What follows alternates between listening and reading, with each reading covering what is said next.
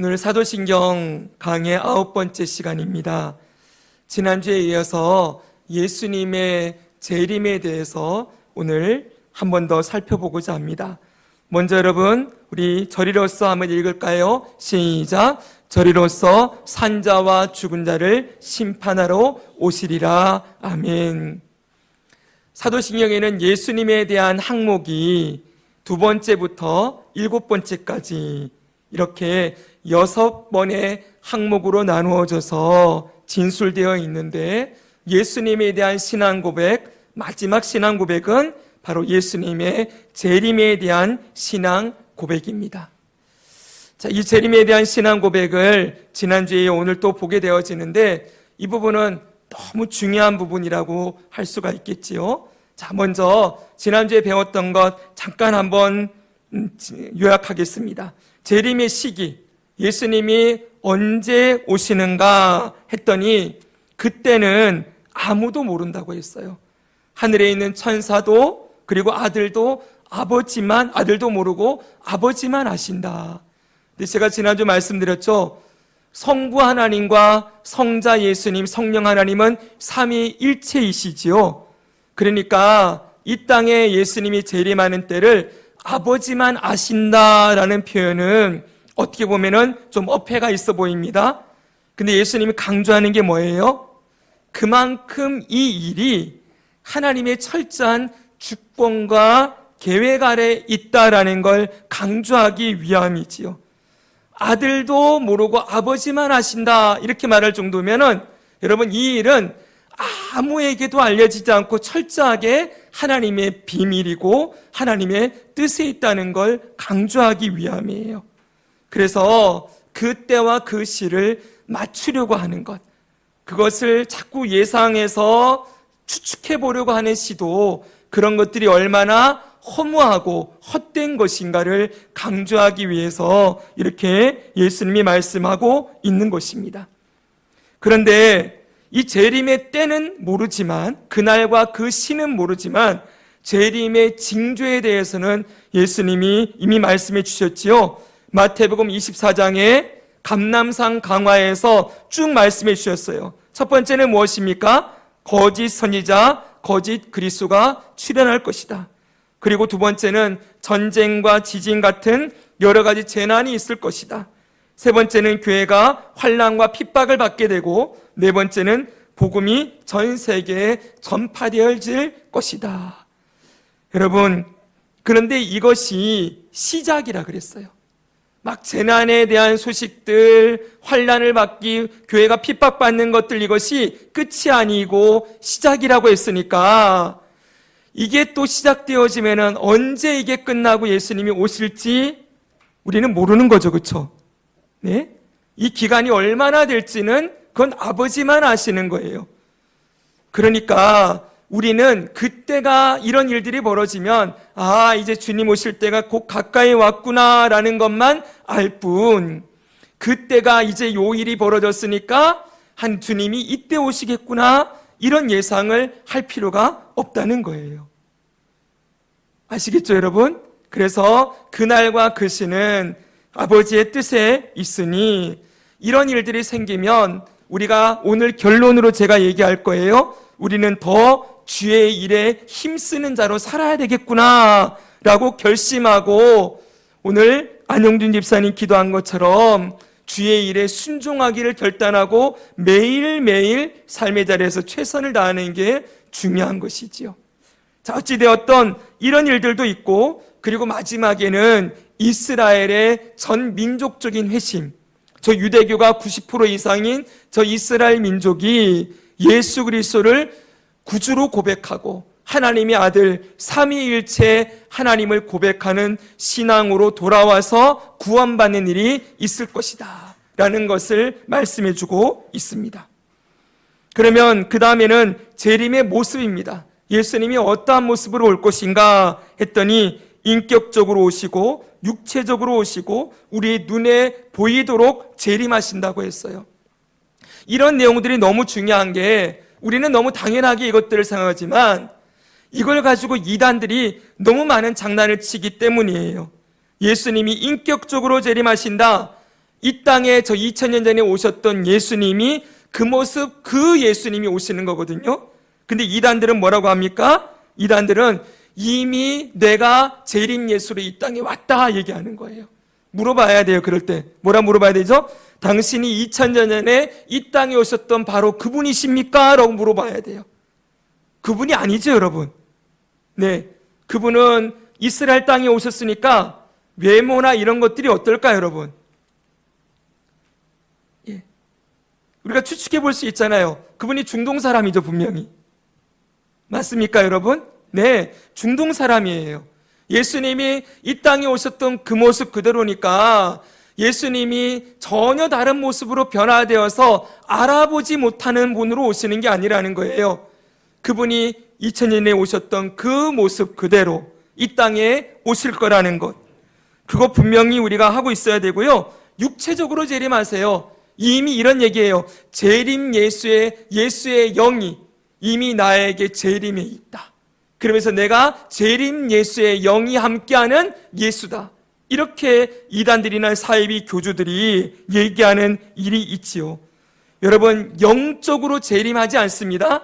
분명히 육체로 이 땅에 오실 거예요. 도마에게 내 손에 못자국에 손을 넣어봐라, 내 발에 못자국에 손 넣어봐라, 내 옆구리에 찔린 자국에 손 넣어봐라 하셨던 그 예수님이 그 육체를 입고 그대로 오시는 거예요.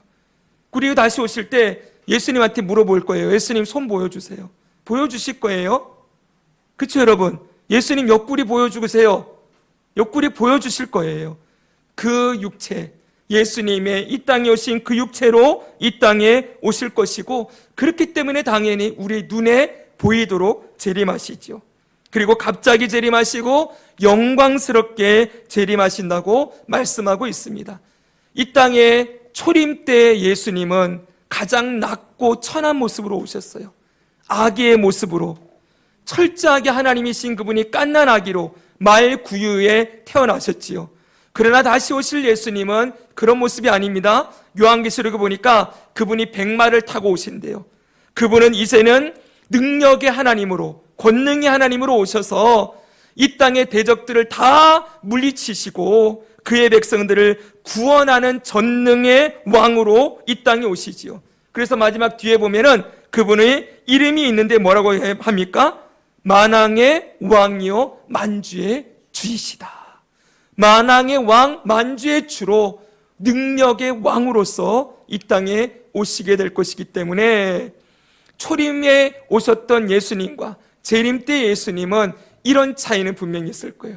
그분은 권능의 하나님으로 이 땅에 다시 오실 것입니다. 자, 여기까지가 지난주에 봤던 내용이고요. 오늘은 이제 조금 더 나가서 재림의 의미와 목적에 대해서 한번 살펴보겠습니다. 자, 예수님이 이 땅에 왜 재림하시는가? 목적이 무엇입니까? 재림의 목적, 여기 나와 있잖아요. 저리로서 산자와 죽은 자를 뭐하러 오신다고요? 심판하러 오신다. 저리로서는 이 절이라는 게 하나님 보좌 우편을 얘기하는 거라 그랬죠. 예수님이 승천하셔서 하나님 보좌 우편에 계시잖아요. 바로 그 자리로부터 이 땅에 다시 임하시는데 목적은 뭐다? 산자와 죽은 자를 심판하시기 위함이다 라고 말씀하고 있어요. 여기 산자는 누굴까요, 여러분? 산자. 예수님이 오실 때 분명히 이 육신의 생명이 붙어있는 사람들이 있겠지요. 그렇죠? 그들이 산자예요. 죽은 자는요, 이미 육체는 죽어서 무덤에 들어가 있고 영혼은 천국이든 낙원이든 아니면 지옥이든 음부든 어디든 가 있는 그 사람들을 얘기하는 거죠. 네, 그들까지. 그러니까 이 땅에 예수님 재림하실 때 생존해 있는 사람들, 모든 사람들, 그리고 하나님의 창조로부터 아담부터 있잖아요. 이 땅에 존재했던 모든 사람들, 지금 죽어서 무덤에 들어가 있고 영원히 천국이나 지옥에 가 있던 모든 사람들, 그러니까 아담 이후로부터 모든 사람들을 심판하시는 것이 예수님의 재림의 목적이라는 거예요. 그래서 첫 번째로 보면 재림의 의미와 목적은 재림의 1차적인 목적은 모든 사람을 심판하시는 것이다. 여러분, 성경은 이렇게 말합니다. 재림 때에 산자와 죽은 자 모두가 심판을 받을 것이다 라고 말씀하고 있어요. 자, 데살로니가의 말씀 봅시다. 데살로니가 4장 16, 17절 같이 한번 읽겠습니다. 시작. 주께서 호령과 천사장의 소리와 하나님의 나팔 소리로 친히 하늘로부터 강림하시리니 그리스도 안에서 죽은 자들이 먼저 일어나고 그 후에 우리 살아남아 있는 자들도 그들과 함께 구름 속으로 끌어올려 공중에서 주를 영접하게 하시리니 그리하여 우리가 항상 주와 함께 있으리라. 아멘. 여기 순서를 보세요. 예수님이 나팔 소리로 이 땅 가운데 친히 강림하시는데, 자, 첫 번째, 누가 변화됩니까? 그리스도 안에서 죽은 자들이 먼저 일어난대요. 죽은 자의 부활이 1번이에요. 죽은 자의 부활. 근데 여기는 학자들은 얘기하기는 신자의 부활이 먼저다. 이렇게 얘기를 해요. 그 천국가에 있는 우리 성도들이 있죠? 그들의 영혼이 예수님과 함께 내려오는 거예요. 아시겠죠? 이 땅에 와서 그 다음에 육체가 부활하여 신자의 영혼과 육체가 변화되는 일, 영화롭게 변화되는 일이 1번이고, 그 다음에 살아남은 자들이 있죠? 이 땅에 생존해 있는 사람들이 그 몸이 변화되는 거예요. 어떤 몸일까요? 죽지 않는 몸으로. 죽지 않는 몸으로 변화되는 일. 그리고 마지막에는 불신자들의 영혼이 이제 지옥에서 올라오고 그 다음에 그들의 육체가 죽지 않는 몸으로 변화되는 일이 있게 될 것이다. 이렇게 설명을 하고 있습니다. 어찌되었든지 간에 여러분, 분명한 건 재림 때에는 산자와 죽은 자 모두 다 예수님 앞에 서게 되는 거예요. 하나님 앞에 서게 되는 일이 있을 거라고 말씀하고 있는 것이지요. 그래서 여러분, 두 번째가 중요합니다. 죽은 자의 부활은 악인과 의인 모두 포함한다는 사실입니다. 오늘 우리가 읽은 요한복음 5장의 본문을 보면은 뭐라고 말씀하십니까? 28, 29절 한 번 더 읽습니다. 시작. 이를 놀랍게 여기지 말라. 무덤 속에 있는 자가 다 그의 음성을 들을 때가 오나니 선한 일을 행한 자는 생명의 부활로 악한 일을 행한 자는 심판의 부활로 나오리라. 아멘. 자, 선인만, 성도만 부활하는 게 아니에요. 악인도 부활합니다. 그리고 그 악인은 심판의 부활이 될 것이고, 성도들에게는 이 일이 생명의 부활, 영화롭게 변화되어 영원토록 새하늘과 새 땅에서 왕노릇하는 부활로 나아가는 것이기 때문에 그것을 생명의 부활. 악인은 어떻게 됩니까? 부활한 몸을 입어요. 죽지 않는 몸을 입고 그 몸으로 어디를 가는 거예요? 음부로 들어가는 거예요. 불못으로 들어가게 되는 것. 조금 이따 나옵니다. 그것이 악한 자의 부활이요. 그리고 그 부활을 심판의 부활이다. 이렇게 말씀하고 있다는 거예요. 꼭 잊지 마십시오. 신자만 부활하는 게 아닙니다. 불신자도 다 부활한다.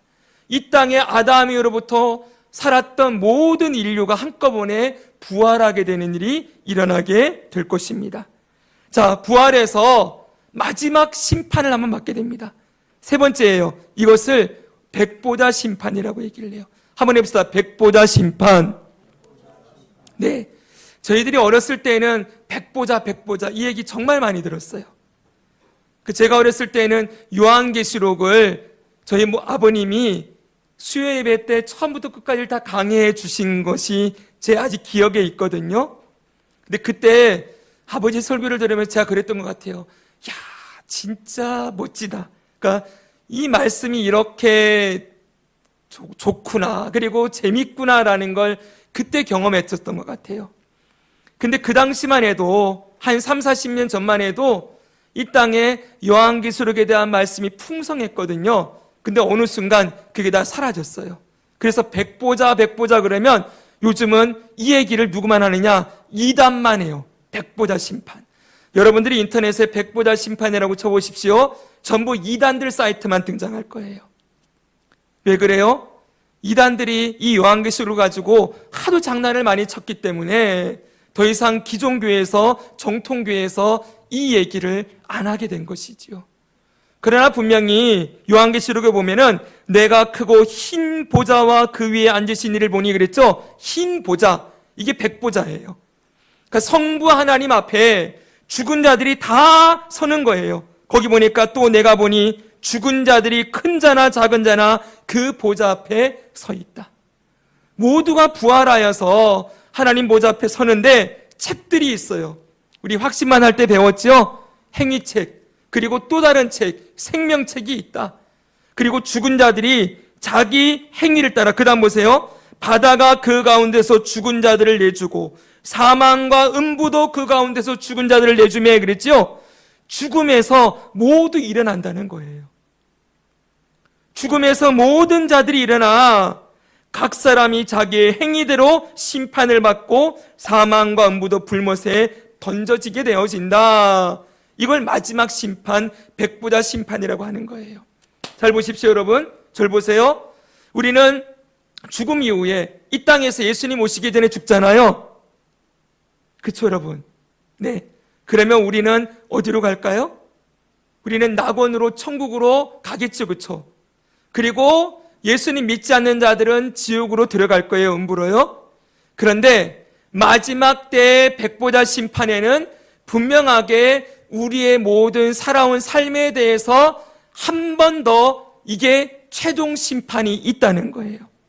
그러니까 죽는 순간에 여러분, 우리가 하나님 앞에 서는 것, 지옥에 가는 것, 제가 확신만 설교를 하면서, 설명을 하면서 이 본문을 가져와서 반드시 심판을 받는다라고 했잖아요. 근데 여러분, 우리가 주님 앞에 죽었을 때 받는 이 심판을 마지막 때에 한 번 더 받게 된다는 걸 두 개를 겹쳐서 보여주고 있는 거예요. 무슨 얘기인지 아시겠습니까, 여러분? 분명히 예수 믿느냐 안 믿느냐로 우리가 심판을 받을 거예요. 우리 이름이 생명책에 있느냐 없느냐를 분명히 기준으로 구원이 이루어질 거예요. 예수 믿느냐 안 믿느냐, 우리의 행위와 상관없이. 그 심판이 마지막 날에 또 한 번 있게 되어지는데, 이거는 여러분 처음에 있었던 우리 죽고 난 다음에 받는 심판이 다시 반복되는 것인데, 차이는 무엇이냐? 그때는 모든 자들이 다 함께 받는 심판을 이렇게 설명해 주고 있다는 거예요. 이 땅에 생존했던 아담으로부터 모든 자들을 한꺼번에 받는 심판을 이렇게 묘사한 거라고요. 이해되시겠습니까? 우리도 죽고 난 다음에 분명히 하나님 심판 앞에 설 거예요. 그렇죠? 그때도 생명책을 가지고 예수 믿는 것을 기준으로 우리가 구원이냐 지옥이냐가 결정될 거예요. 그러니까 이 말씀은 우리가 받게 될 심판을 어떤 것인지를 자세하게 묘사해 주는 그런 말씀이라고 보시면 되는 거예요. 이해되시겠습니까? 네. 우리도 분명히 죽으면 이 심판 받습니다.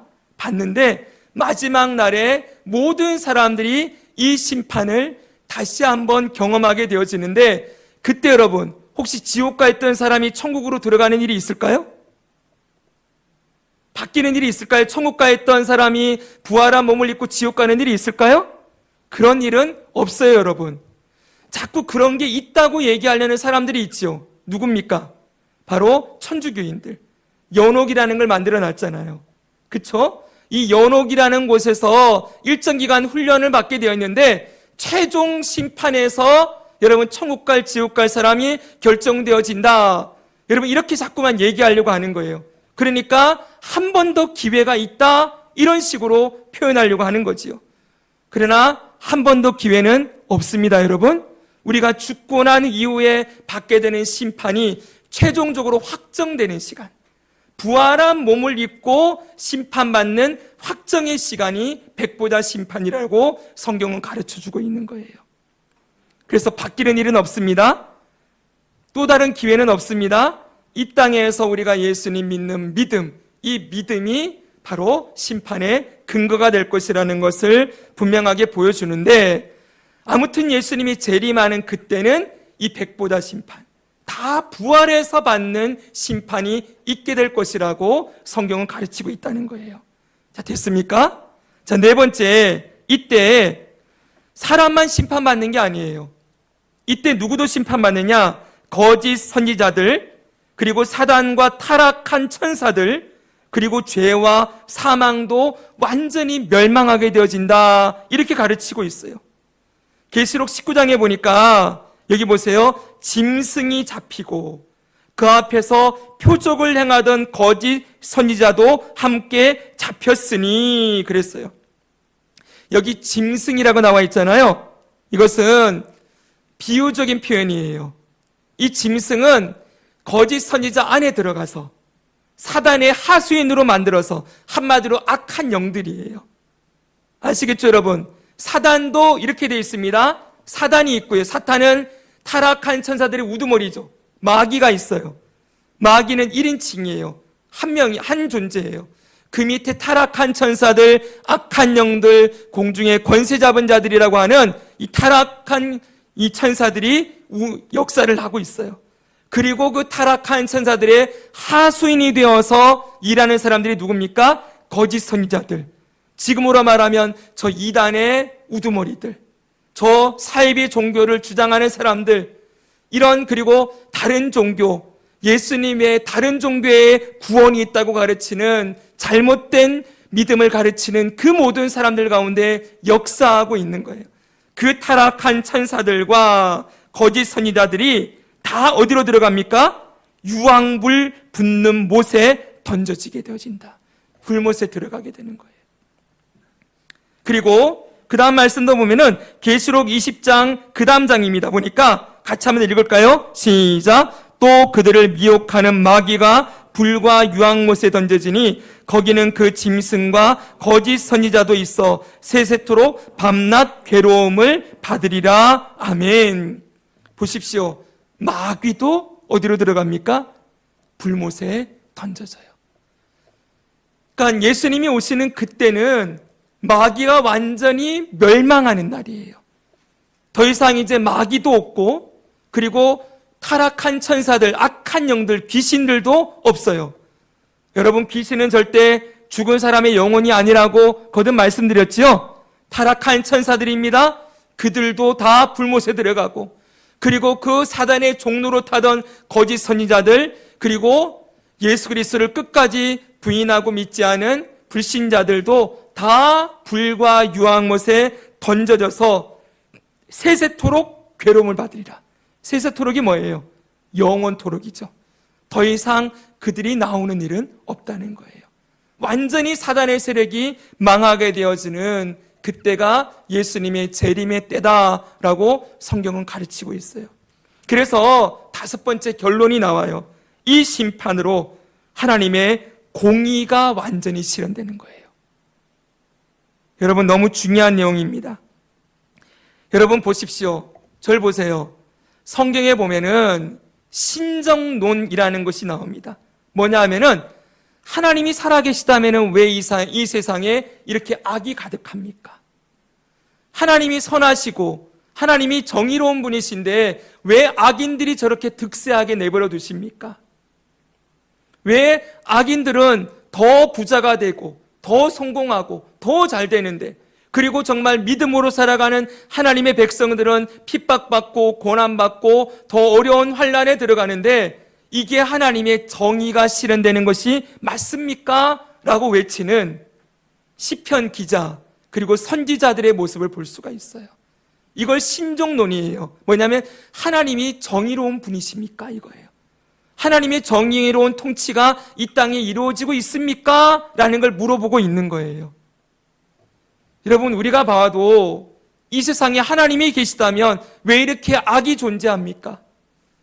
지금도 여러분, 저 악한 독재자들이, 저 북한만 봐도 저 김정은이 수많은 백성들을, 사람들을 자기의 권력의 도구로 삼으면서 수많은 사람들을 죽이고 있지 않습니까, 여러분?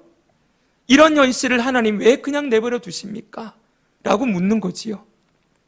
이 얘기를 제일 많이 했던 사람이 누구일까요, 여러분? 다윗이요. 다윗이 여러분 사울에게 있어서 거의 10년이 넘는 시간 동안 광야에서 쫓기며 그 젊은 날에 황금기를 다 흘려보내지 않았습니까? 다윗이 계속 물어요. 하나님 어디 계십니까? 왜 악인들이 나를 치도록 그냥 내버려 두십니까? 저는 하나님 앞에 선하고 의롭게 살려고 한 것밖에 없는데 왜 내가 이런 고난을 당해야 됩니까? 이런 외침을 다윗이 끊임없이 시편에서 던지는 거 볼 수 있죠. 그렇죠, 여러분? 그래서 많은 사람들은 하나님은 안 계시다 그러는 거예요. 하나님이 계시면 여러분 이 땅에서 사건 사고 일어나는 거 보잖아요. 그러면 댓글들을 쭉 보면은 그런 얘기 아직도 있어요. 신이 있다면 절대로 이런 일이 일어나도록 내버려 두지 않았을 것이다. 그 신은 없다는 거예요. 죽었다는 거예요. 그런데 여러분 성경은 계속 가르치고 있지요. 분명히 악인이 심판받는 때가 있다. 지금은 악인이 성공하고 득세하는 것처럼 보여도 시편 73편 보십시오. 그들이 어느 날 있었던지도 모를 정도로 그들이 여름날에 여러분 지금 여름이지요. 잡초를 베어놓으면 처음에는 파릇파릇하게 살아있던 게 풀을 한번 낫으로 베가지고 도로에다 던져놔 보세요. 몇 분도 지나지 않아서 노랗게 마르죠, 그렇죠? 그리고 바람이 불면은 그 풀들이 순식간에 날아서 있었던지도 모를 만큼 흔적도 없이 사라지지요. 바로 그렇게 악인들이 심판받는 데가 있을 것이다. 그때가 더딘 것처럼 보이지만 하나님은 반드시 공의를 실현하는 분이시다라고 계속 가르치고 있어요.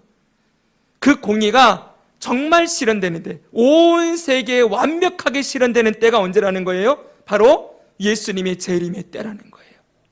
그때 보십시오. 잘 들어보세요. 악인들이 지금 이 땅을 살아서 아무리 성공하고 잘 나가는 것처럼 보여도 죽으면 어디 갑니까? 영원히 지옥 가겠지요. 그렇죠, 여러분? 그건 정의가 실현되는 겁니다. 그렇죠? 우리가 정말 하나님의 말씀을 믿는다면은 그들이 죽는 순간에 하나님의 정의가 실현되는 거예요. 이 땅에서는 아무리 호의호식하고 아무리 편하게 살아도 죽는 순간부터 그들은 심판에 들어가서 저주와 형벌을 받게 되는 거예요. 하나님 정의가 이루어진 거 맞죠? 또 보십시오. 그들이 부활해요.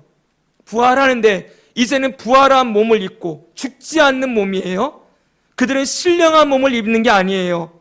영화로운 몸이 아니라 그냥 죽지 않는 몸, 썩지 않는 몸을 입는데 그 몸으로 영원히 형벌을 받는 거예요. 불못에 들어가서. 하나님이 정의로우신 분이시지요. 하나님이 정의로우신 분이에요. 악인은 반드시 심판하신다. 그 정의가 지금도 실현되고 있어요. 그러니까 우리는 사후 세계를 모르니까, 죽고 난 뒤의 세계가 우리 눈에 보이지 않으니까 악인들이 잘 나가는 게 부당해 보이고 악인들이 저렇게 하는 걸 보면서 하나님이 살아계십니까? 라고 의문을 가질 수 있겠지만 우리가 지금 생생하게 우리의 눈을 열어주셔서 하나님이 천국과 지옥을 딱 보여주시잖아요. 그럼 우리 그 장면을 보는 순간 박수 칠 거예요. 정말 하나님은 정의로운 분이시군요. 하나님은 공의로운 분이시군요 라는 걸 우리가 인정할 수밖에 없을 거예요. 지금 우리 눈에 안 보여서 그게 헷갈리지만은 근데 마지막 재림 때에는 분명하게 우리가 생생하게 눈으로 보게 될 거라는 거예요. 부활한 몸을 입고 신자나 불신자나 다 심판대 앞에 서는데 거기서 판결이 내려지는 거예요. 생명책을 가지고 신자는 부활해서 영화롭게 변화되어 하나님 나라 새하늘과 새 땅, 그리고 불신자는 부활한 몸으로 저 불못에 던져지는 걸 생생하게 보게 될 거라는 거예요. 아시겠습니까, 여러분? 그래서 성경은 분명하게 이렇게 얘기했어요. 사도행전 17장 31절을 보십시오. 이는 같이 한번 읽겠습니다. 시작. 이는 정하신 사람으로 하여금 천하를 공의로 심판할 날을 작정하시고, 공의로 심판할 날이 작정되었다라고 선언하고 있어요. 갈라디아서 6장 7절 8절은 저는 너무 좋아하는 말씀이에요. 이 말씀 같이 한번 읽을까요? 시작. 스스로 속이지 말라. 하나님은 업신여김을 받지 아니하시나니 사람이 무엇으로 심든지 그대로 거두리라. 자기의 육체를 위하여 심는 자는 육체로부터 썩어질 것을 거두고 성령을 위하여 심는 자는 성령으로부터 영생을 거두리라. 아멘. 우리가 이 땅에서 믿음으로 심은 삶, 믿음으로 살아가는 삶, 그곳으로 뭘 거둬요, 여러분? 영생을 거둔대요. 믿는 자를 믿음으로 살게 하시지요. 그 끝은 영생이다. 그러나 여러분, 육체를 가지고 자기 마음대로 살아간 사람들은 육체로부터 썩어질 것을 거두게 될 것이다. 그래서 여러분, 예수님의 재림은 신자들에게는 영광의 날이 될 거예요. 진짜 생생하게 하나님의 공의가 실현되는 걸 보게 될 거예요. 그러나 불신자들에게는 큰 통곡과 아픔과 슬픔의 날이 될 것이라고 성경은 가르치고 있습니다. 우리가 믿음으로 사는 것 절대로 헛되지 않습니다. 예수님 믿고 사는 것 당장은 안 보이지만 심판의 날에 분명히 정의로운 결론이 있습니다. 그것을 믿고 우리는 그 주님이 오실 날을 기다리는 것이지요. 자, 첫 번째가 무엇입니까? 재림의 목적은 뭐예요? 재림의 의미와 목적은 심판이다. 예. 두 번째는 재림의 목적은 구원의 완성입니다. 따라합시다. 구원의 완성. 네. 우리가 계속해서 주일날 구원의 서정에 대해서 배웠지요. 9가지. 자, 우리 같이 한번 해볼까요? 죄인부터 시작. 죄인, 소명, 중생, 회심, 믿음, 칭의, 양자됨, 성화, 견인, 영화. 아멘. 이 마지막 구원의 서정, 죄인이 하나님의 부르심 받아서 거듭나고 칭이 의롭게 되어지고 믿음과 회심을 통해 하나님의 자녀가 되고 난 다음에 이건 구원 받았다 그랬잖아요. 그렇죠? 그렇죠? 과거지요?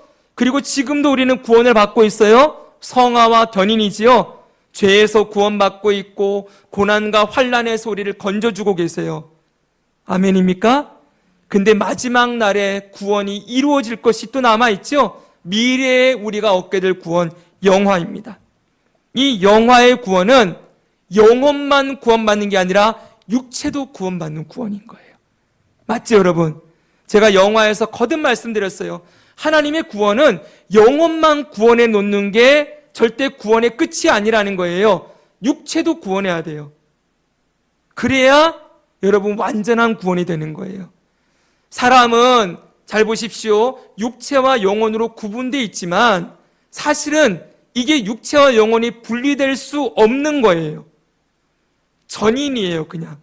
몸과 영혼을 분리해 놓고 있는 게 이게 부자연스러운 거라고요. 우리가 이 땅을 살아갈 때 몸과 영혼이 함께 있지요. 그렇죠, 여러분? 근데 이 땅에서의 죽음은 이게 분리되어 있는 거예요. 이건 정상적인 상태라고 말할 수가 없다는 거예요. 이게 함께 있는 것이 나예요. 여러분, 김태환이라고 했을 때 김태환의 몸과 영혼을 따로 생각할 수 있습니까? 없죠. 김태환 그러면 제 몸과 영혼을 합쳐서 김태환이라는 인격이 있잖아요. 똑같은 거예요, 여러분. 하나님이 구원하고자 하는 건 영혼만이 아니라 우리의 육체도 구원해서 몸과 영혼이 연합되어서 영원토록 사는 그 구원을 주고 싶다는 거예요. 제 몸만 저기 무덤에 들어가 있는 상태로 영원토록 두지 않으신다라는 것이지요. 그래서 영혼만 구원하는 것이 아닌 신자의 몸도 육체도 부활시켜서 영원한 구원에 이르게 하는 날이, 영화의 구원을 선물로 주시는 날이 언제라고요? 예수님의 재림의 날이다 라고 가르치는 것이죠. 그래서 요 고린도전서 15장 보면은 우리 이 말씀 많이 봤었잖아요. 제가 읽어드립니다. 보라, 내가 너희에게 비밀을 말하노니 우리가 다 잠잘 것이 아니요 마지막 나팔의 순식간에 호련히 다 변화되리니 나팔 소리가 나매 죽은 자들이 썩지 아니할 것으로 다시 살아나고 우리도 변화되리라. 이 썩을 것이 반드시 썩지 아니할 것을 입겠고 이 죽을 것이 죽지 아니함을 입으리로다. 이 썩을 것이 썩지 아니함을 입고 이 죽을 것이 죽지 아니함을 입을 때에는 그 다음 보십시오. 사망을 삼키고 이기리라고 기록된 말씀이 이루어지리라. 그때 완전히 사망이 완전히 뭐예요? 하나님 예수님의 능력 앞에서 완전히 깨트려지고 사망이 이제는 완전히 없어지는, 사망을 완전히 이기는 승리가 있을 거라는 거예요. 우리 몸이 무덤에 들어가 있으면 아직 사망이 역사하고 있는 거예요. 맞죠? 몸이 죽어 있는 상태니까. 그건 사망이 아직 살아있는 상태예요. 그러나 몸이 부활하게 되면은 사망은 완전히 끝나는, 사망이 완전히 사라지게 되어지는 그때가 바로 예수님이 오실 때라고 말씀하지요. 요한복음 14장에는 이런 말씀도 있습니다. 내 아버지 집에 거할 곳이 많도다. 그렇지 않으면 너에게 일렀으리라. 내가 너희를 위하여 거처를 예비하러 가노니 가서 너희를 위하여 거처를 예비하면 내가 다시 너희를 내게로 영접하여 나 있는 곳에 너희도 있게 하리라. 예수님이 다시 오셔서 예수님 있었던 곳에 영원히 거하게 하는 그때가 있다. 예수님의 재림 때지요. 계시록 21장 3절에서 7절은 이렇게 말씀합니다. 같이 한번 읽습니다. 내가 들으니, 시작. 내가 들으니 보좌에서 큰 음성이 나서 이르되 보라, 하나님의 장막이 사람들과 함께 있음에 하나님이 그들과 함께 계시리니 그들은 하나님의 백성이 되고 하나님은 친히 그들과 함께 계셔서 모든 눈물을 그 눈에서 닦아주시니 다시는 사망이 없고 애통하는 것이나 곡하는 것이나 아픈 것이 다시 있지 아니하리니 처음 것들이 다 지나갔음이라라. 아멘. 사망, 애통, 곡하는 것, 아픈 것 다 지나가고 하나님이 영원히 우리와 함께 하신다. 그 다음 말씀도 보세요. 보좌에 앉으신 이가 이르시되 보라, 내가 만물을 새롭게 하노라 하시고 또 이르시되 이 말은 신실하고 참되니 기록하라 하시고 또 내게 말씀하시되 이루었도다. 나는 알파와 오메가요 처음과 마지막이라. 내가 생명수 샘물을 목마른 자에게 값없이 주리니 이기는 자는 이것들을 상속으로 받으리라. 나는 그의 하나님이 되고 그는 내 아들이 되리라. 할렐루야. 아멘. 구원의 최종 완성이 예수님의 재림의 때에 이루어집니다. 세 번째로는 재림의 목적은 이 세상의 재창조이기도 해요. 이 세상을 어떻게 바꾸십니까? 바로 새하늘과 새 땅으로 바꾸시는 일이 있다고 우리 영화의 구원에서 말씀드렸죠. 베드로서 3장 12, 13절 같이 한번 읽습니다. 시작. 하나님의 날이 임하기를 바라보고 간절히 사모하라. 그날에 하늘이 불에 타서 풀어지고 물질이 뜨거운 물에 녹아지려니와 우리는 그의 약속대로 의가 있는 곳인 새하늘과 새 땅을 바라보도다. 아멘. 하나님의 날이 임한다. 이때가 언제예요? 예수님의 재림의 날이지요. 그때 새하늘과 새 땅으로 이 땅이 변화되어지는데 계시록 21장 보십시오. 보라, 또 내가 새하늘과 새 땅을 보니 처음 하늘과 처음 땅이 없어졌고 바다도 다시 있지 않더라. 그리고 그 뒤에 내가 만물을 새롭게 하노라 이렇게 되어 있어요. 그래서 그때 여러분 잠깐만 그때로 돌아가 봅시다. 제가 영화를 얘기할 때 이 새하늘과 새 땅이 목적이 뭐예요? 우리가 부활한 몸을 입게 되잖아요. 그쵸? 그럼 육체가 있는 겁니다. 그럼 육체로 땅을 디디고 이게 육체가 물질이지요. 분명히. 그러니까 영혼만 가 있는 천국과는 새하늘과 새 땅은 다른 거예요. 물론 여러분 지금 우리가 죽어서 가는 천국 거기는 영적인 세계지요. 영혼이 가 있지요. 맞죠? 예, 하나님도 보좌에 앉으신 분이시니까 하나님은 영이시라 그랬으니까 하나님도 영으로 계시지요. 근데 지금 그 천국에 물질이 있을까요? 없을까요?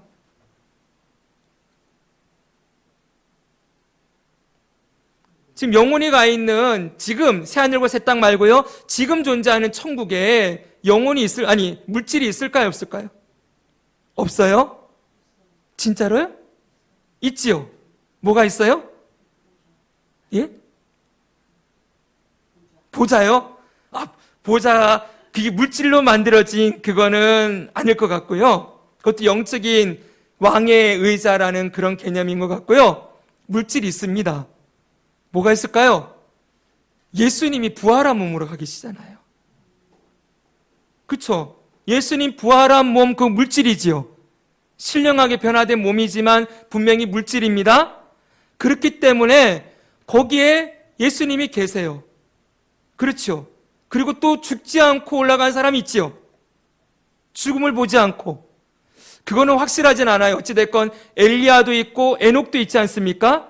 그들이 그냥 변화된 몸을 가지고 거기 가 있는지 아니면 올라가면서 육체는 가고 영혼만 가 있는지 정확하진 않지만 분명히 죽음을 보지 않고 갔다 그랬어요. 그렇죠?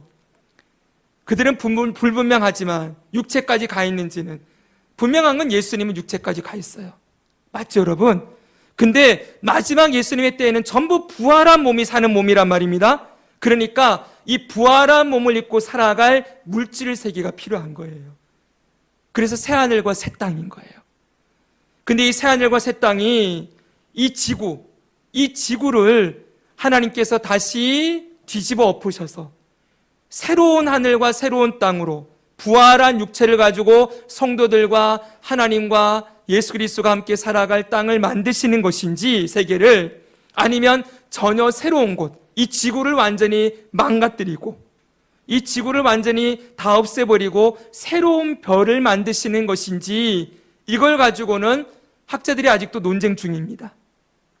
그런데 제가 그랬잖아요. 여기 보라 내가 만물을 새롭게 하노라 라는 이 새롭게 하다 이란 단어가 완전히 새로운 걸 만들어내는 게 아니고 갱신하다라는 뜻을 가지고 있는 단어라고 했잖아요.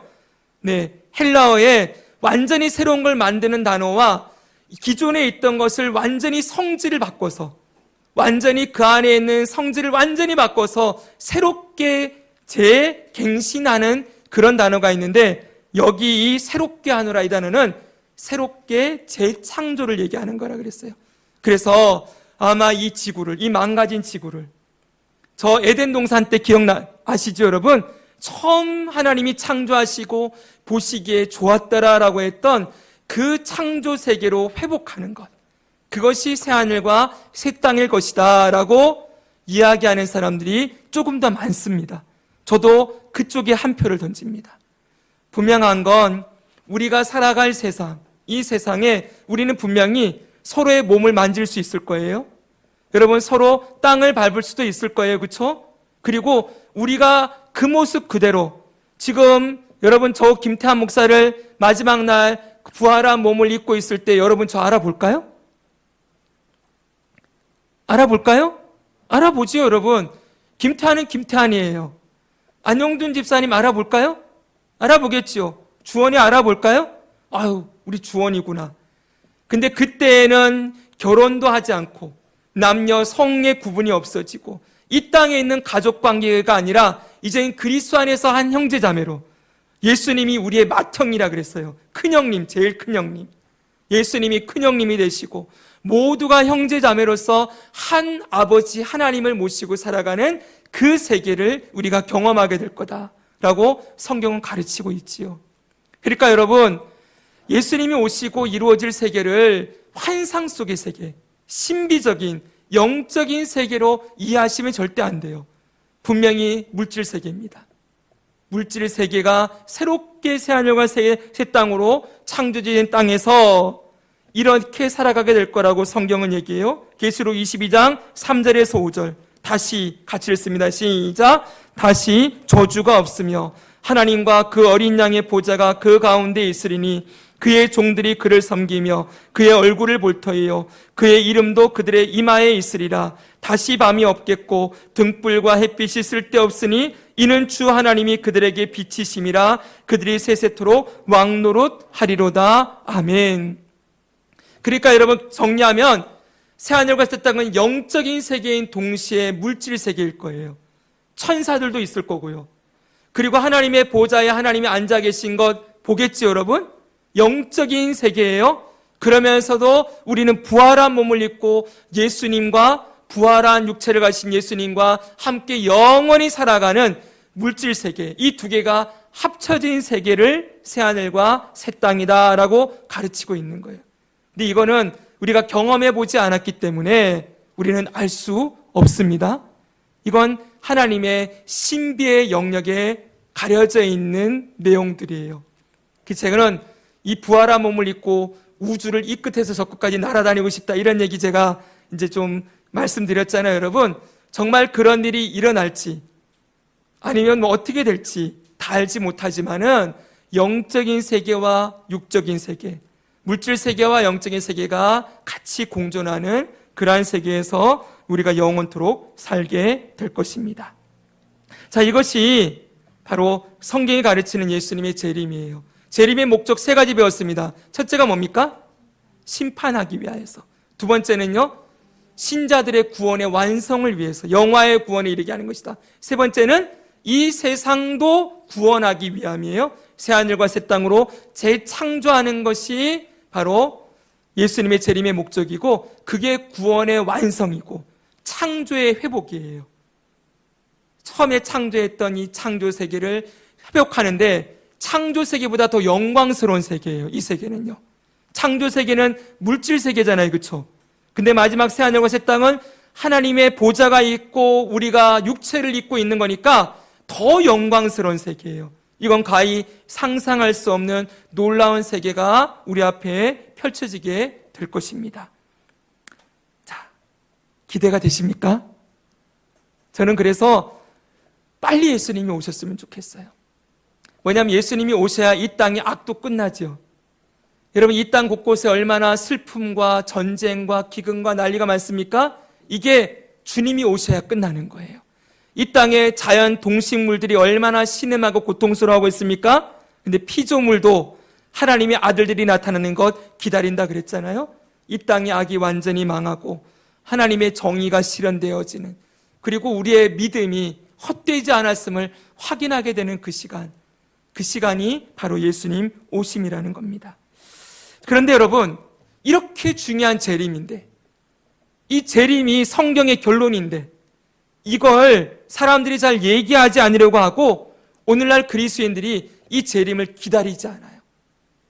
많은 사람들이 그런다 그랬잖아요. 내가 살아있을 동안에는 예수님 안 왔으면 좋겠다, 이런 생각 많이 한다 그랬죠. 저도 예전에 그런 생각을 많이 가졌거든요. 왜요? 재림 그러면 맨날 고난, 환난, 핍박 이런 것만 얘기하니까 내가 예수님 오시기 전에 빨리 죽어서 그건 안 경험하고 부활할 때만 내가 짠 하고 등장했으면 좋겠다고 생각하는 것이지요. 근데 왜 이렇게 재림을 기다리지 않게 되었냐 했더니 세 가지 이유가 있어요. 첫째는 비정상적인 시한부 종말론자들의 거짓 가르침이 많았기 때문이에요. 그동안 예수님이 오신다라고 했던 재림의 날짜를 예상하고 얘기했던 수많은 이단들이 있었죠, 그렇죠? 우리나라뿐만 아니라 외국에도 수없이 있었어요. 하도 그런 일들이 많다 보니까 이젠 재림에 대한 기대가 없어지는 거예요. 그리고 재림 얘기만 하면 이단들이 얘기하는 것 같지요. 더 중요한 게 있습니다. 절 보십시오. 이 재림을 강조하는 이 사람들은 꼭 하는 게 있어요. 뭐냐면은 가정을 포기하게 만들어요. 학교에 공부하던 아이들을 전부 내려놓고 지금 예수님 오실 때가 되었으니까 나가서 복음 전해야 된다 그러고 복음에 헌신하게 만들어요. 막 전도에 헌신하게 만드는 거죠. 직장도 내려놓게 만들어요. 너의 인생을 하나님 나라를 위해서 바쳐라, 그러면서 헌신하게 만드는 거지요. 여러분, 요즘 좀 공적으로 거론이 됐으니까 저 인터콥이 요즘 많이 문제가 생겨서 사람들에게 언급되어지고 있는데, 아예 뉴스 기사에 이렇게 나왔더라고요. 거기는 어떤 곳이냐 했더니 세대주의 종말론을 가르치는 곳이다. 세대주의 종말론. 이 세상의 현상을 보면서 한동안 거기 수장이었던 선교사님이 이 코로나 시절에 이게 막 이 악한 세력들의 역사다라고 하면서 이제 주님 오실 때 적그리스도가 등장한다, 이런 식으로 다 매칭을 시켰어요. 그런 것들이 바로 세대주의들이에요. 여러분, 요즘 보니까 아직도 이 종말론들이 너무 많이 등장하고 있어요. 이제는 점성술에서 얘기하는 여러분 물병자리 시대 이런 거 들어보셨습니까? 예? 이게 점성술에서 얘기하는 거거든요. 12궁도 해가지고 하늘에 저거를 12개의 자리로 만들어 놓고 물병자리, 처녀자리 그래 놓고는 처녀자리가 지나가고 물병자리의 시대가 도래한다. 천도교가 이런 얘기 또 해요. 개벽. 이런 것들을 교회 안으로 갖고 들어와가지고는 이제 이게 끝나고 이 세상이 끝이 나고 예수님 오실 때가 가까웠다, 이런 식으로 하면서 이 땅에 수많은 젊은이들을 미혹하는 일들이 지금도 일어나고 있습니다. 그래서 여러분, 이런 일들이 하도 많으니까 예수님의 재림에 대해서 정상적으로 기대하는 것이 어려워진 거예요. 당연히 우리가 이걸 기대해야 되는데 이런 걸 자꾸 보지 못하게 만드는 것이죠. 두 번째로는 여러분, 세상에 물질주의에 너무 깊이 빠지기 때문이에요. 사단이 이 땅의 사람들을 유혹하는 방법, 그리고 그리스도인들을 무너뜨리는 방법이 뭐라고 생각합니까? 예전에는 실질적으로 물리적인 핍박을 가하는 것이었어요. 로마 시대 때는 예수님 믿으면 순교당해야 됐죠, 그렇죠? 근데 이제는 사단이 전략을 바꿨어요. 이 땅에 여러분 뭘 가르칩니까? 물질주의, 쾌락주의, 그리고 만몬주의. 여러분 그걸 가르쳐서 사람들로 하여금 내세에 대해서 소망하는 것을 자꾸 보지 못하게 하고, 지금 현실에서 성공하고 현실에서 잘 먹고 현실에서 즐기고, 이것에 사람들의 마음을 다 빼앗아 가는 거예요. 죽으면 끝이다. 이 땅에서 살아있는 날 동안 잘 살면 끝이다. 여러분 요즘은 더 심해졌어요. 예전에 저희가 살던 시대만 해도 죽은 이후에 어디를 갈 것인가, 사람들이 고민 중에 하나가 나 죽으면 어디로 가지, 이게 참 중요한 고민이었거든요. 근데 요즘 젊은이들에게 물어보십시오. 너 죽으면 어디 가냐 물으면, 뭐 죽으면 무슨 소용이 있어요? 살아있을 때 즐겨야지. 철저하게 이 살아있는 현실 세계에 사람들의 마음을 다 두게 만들었어요. 그래서 한동안은 욜로주의라고 아십니까 여러분? 욜로족들. 내일은 내일이고 오늘 내가 즐기면 된다. 오늘 내가 이 땅에서 편하게 살면 된다. 더 이상 내일, 미래, 죽음 이후의 사후세계 이런 데 대한 고민을 하지 않는 시대를 만들어버린 것이지요. 그러니까 예수님 오심에 대해서도 더 이상 관심을 가지지 않는 거예요. 교회도 매일 뭘만 얘기해요? 지금 현실 세계만 얘기하지요. 주님이 오실 세계에 대해서 안 가르치게 되는 것이죠. 그리고 세 번째는 참 중요한 내용 중에 하나예요. 예수님의 재림 후 이루어질 일들을 잘 모르기 때문에. 정말 우리가 그때 심판이 이루어지고 공의가 실현되고 새하늘과 새 땅이 있고 우리의 구원이 영화로 완성된다는 걸 다 알면은, 여러분 예수님 빨리 오시는 게 좋습니까? 늦게 오시는 게 좋습니까? 그래도 여러분 좀 이따 오셨으면 좋겠어요. 이걸 다 배우고 알게 되면은 아멘 주 예수여 오시옵소서라고 외칠 수밖에 없지요. 빨리 내일이라도 오시면 좋겠습니다. 여러분 당장 저 북한을 보십시오. 저 북한의 김정은 정권이, 여러분 예수님 내일 오시면 끝나는 거 아닙니까? 그러면 수많은 그 압제와 고통이 내일 종식되는 날인 거예요. 저 러시아와 우크라이나 땅의 저 전쟁이 예수님 내일 오시죠. 내일 그 전쟁이 끝나는 날이에요. 여러분 생각해 보십시오. 저 아프리카 땅에 기근 가운데 죽어가는 수많은 아이들. 여러분 우리는 주님의 뜻을 다 할 수 없지만 분명한 건 주님이 오시는 날이 정의와 완전한 평화와 완전한 이 땅의 회복이 이루어지는 날이 되는 것이죠. 그걸 우리가 생각한다면 주님이 내일이라도 오셔야 되는 거예요. 근데 왜 자꾸 주님의 재림을 늦추려고 하느냐? 이기적인 생각 때문에. 나는 고난 안 겪었으면 좋겠어요. 그렇죠? 나만 생각하는 거예요.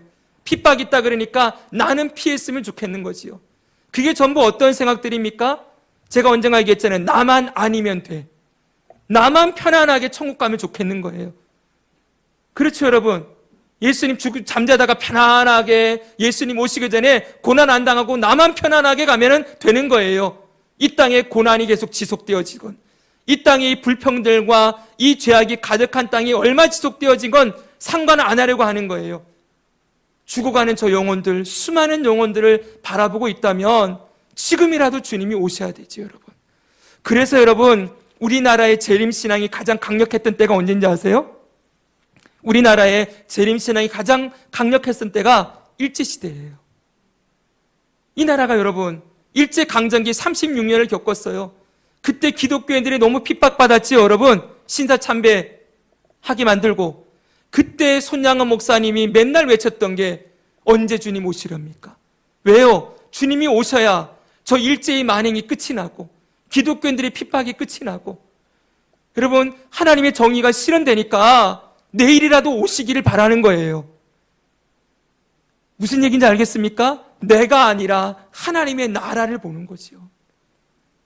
지금도 여러분 저 중국의 시진핑 정권 아래에 핍박받는 교회들, 저 인도에 여러분 한 마을 전체가 기독교인이라는 이유로 다 불타서 죽음을 당해야 되는 이 참혹한 현실을 우리가 바라보고 있다면 주님이 언제 오시렵니까? 우리도 그렇게 외치고 있어야 되는 게 당연한데, 주님 제 인생 조금 더 살고요, 저만 좀 편하게 살다가 죽으면 좋겠어요.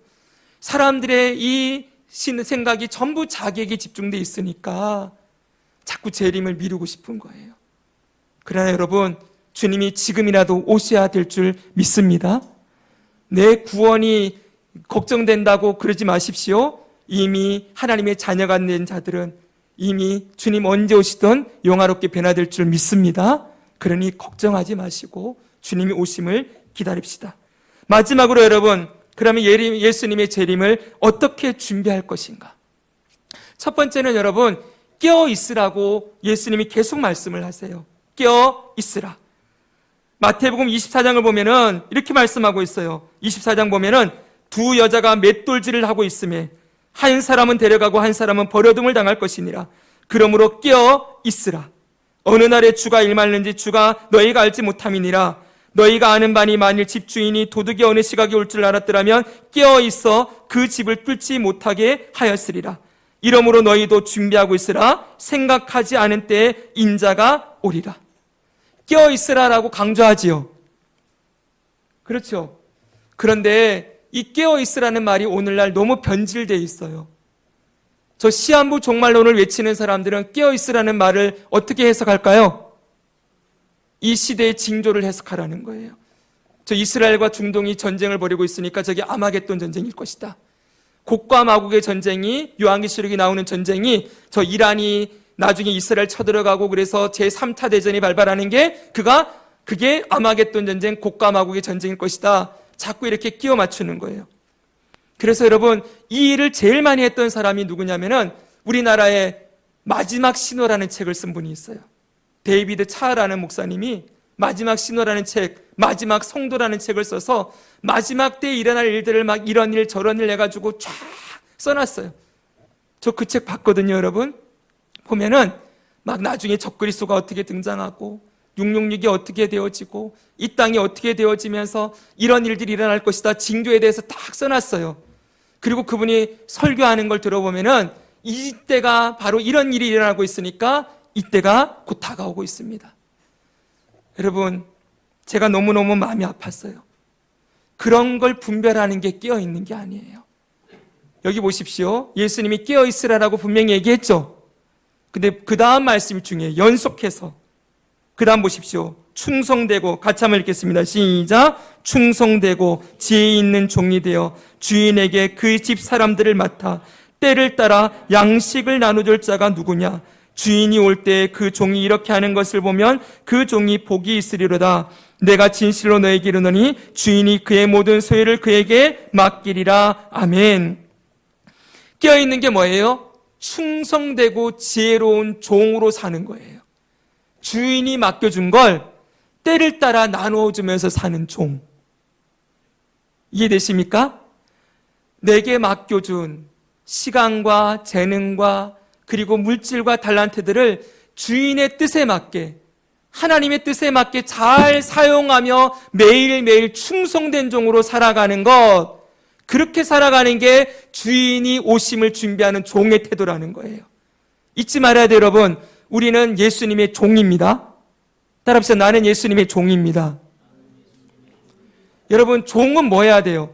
주인이 언제 오나 맨날 계산하고 있는 게 여러분 종의 태도가 아니죠. 종이 관심을 가져야 될 건 뭐예요? 내가 오늘 주인이 시킨 일을 얼마나 충성되이 감당하고 있느냐. 이게 종이 가져야 될 태도죠. 근데 맨날 파수꾼을 세워놓는 거예요. 저 10m 앞에 CCTV 달아놓고 저기 달아놓고 막 연락망 만들어서 야, 주인이 여기까지 왔대. 여기까지 왔대. 곧 올 거야. 그래가지고 그 주인이 오시는 시간을 맞추고 있는 게 종의 임무가 아니잖아요. 맞죠, 여러분? 종의 임무는 언제 주인이 오시든지 내가 맡은 일을 충성되이 오늘 감당하고 있는 거. 그게 뭐예요? 양식을 나눠주는 거래요. 하나님의 생명의 양식을 이 땅에 나눠주며 살아가는 것, 그게 정말 예수님의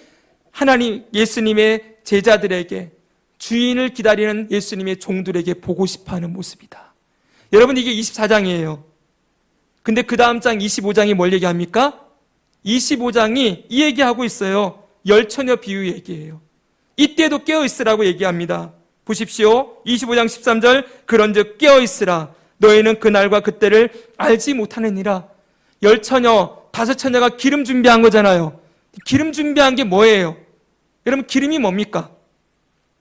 많은 목사님들이 설교하죠. 믿음을 준비해라. 그렇죠? 뭘 준비해라. 많이 얘기를 하는데 도대체 그게 구체적으로 뭐냐는 거예요. 믿음으로 준비된 삶을 사는 게 뭐냐는 거예요. 거기에 대해서는 사람들이 잘 얘기하지 않아요. 그렇죠, 여러분? 믿음으로 준비된 삶이 뭡니까? 믿음 준비하며 사는 삶이 뭐예요? 거기에 대해서 두 번째 비유가 나와요. 비유가 뭡니까? 달란트 비유예요. 달란트 비유가 뭡니까? 달란트를 주인의 뜻에 맞게 잘 사용하면서 살아가는 거죠, 여러분. 맞죠, 여러분? 그래요. 앞에는 기름 준비해라 그랬어요. 그게 깨어있는 거다. 두 번째 비유에 딱 붙여서 그거 기름을 준비하는 게 달란트를 주인의 뜻에 맞게 잘 사용하며 살아가고 있는 거다라고 가르쳐 줬다는 거예요. 됐습니까? 그럼 달란트 비유는 뭘까요? 그럼 그 달란트는 뭘까요? 달란트를 어떻게 사용하는 게 5달란트를 남기는 걸까요? 5달란트 가진 자가 5달란트 남겼다고 했잖아요. 여기 너무 중요합니다. 그럼 5달란트 남기는 삶이 뭐예요? 유준아, 뭐니? 5달란트를 뭘 남기는 거야? 기름 준비하는 게 5달란트를 맡아서 잘 사용하는 거다. 이거라고 얘기해요. 그럼 5달란트를 잘 사용해서 5달란트를 남기는 게 뭐냐? 뭐예요? 그 다음에 비유가 나온다는 거예요. 양과 염소라는 거예요. 그 다음에 나오는 게 예수님이 지금 점층법으로 얘기해주고 있는 거예요. 기름 준비하는 거, 그건 달란트 잘 사용하는 거다. 달란트 잘 사용하는 게 뭐냐? 그랬더니 여기 보십시오. 뭐라고 대답합니까? 인자가, 같이 한번 읽겠습니다. 시작. 인자가 자기 영광으로 모든 천사와 함께 올 때 자기 영광의 보좌에 앉으리니, 재림이지요. 예수님 다시 오시는 거예요.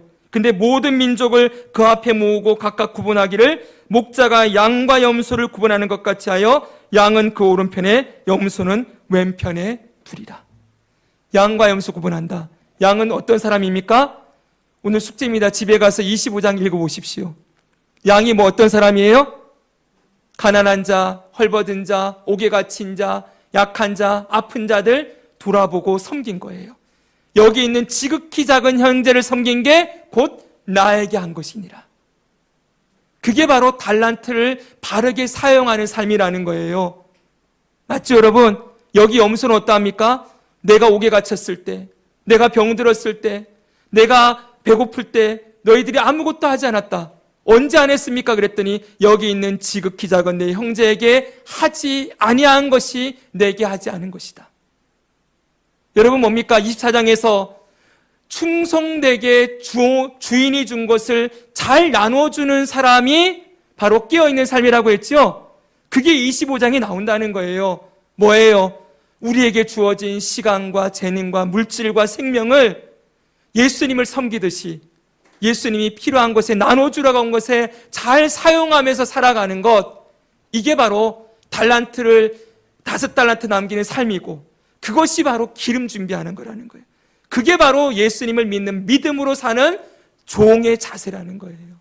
그러니까 여러분, 여기서 말하는 믿음을 준비한다는 것은 많은 분들이 얘기한 믿음은 무슨 믿음이에요? 예수님이 나의 주인이시고 나는 그분의 종입니다라는 걸 고백하는 믿음이에요. 아시겠죠?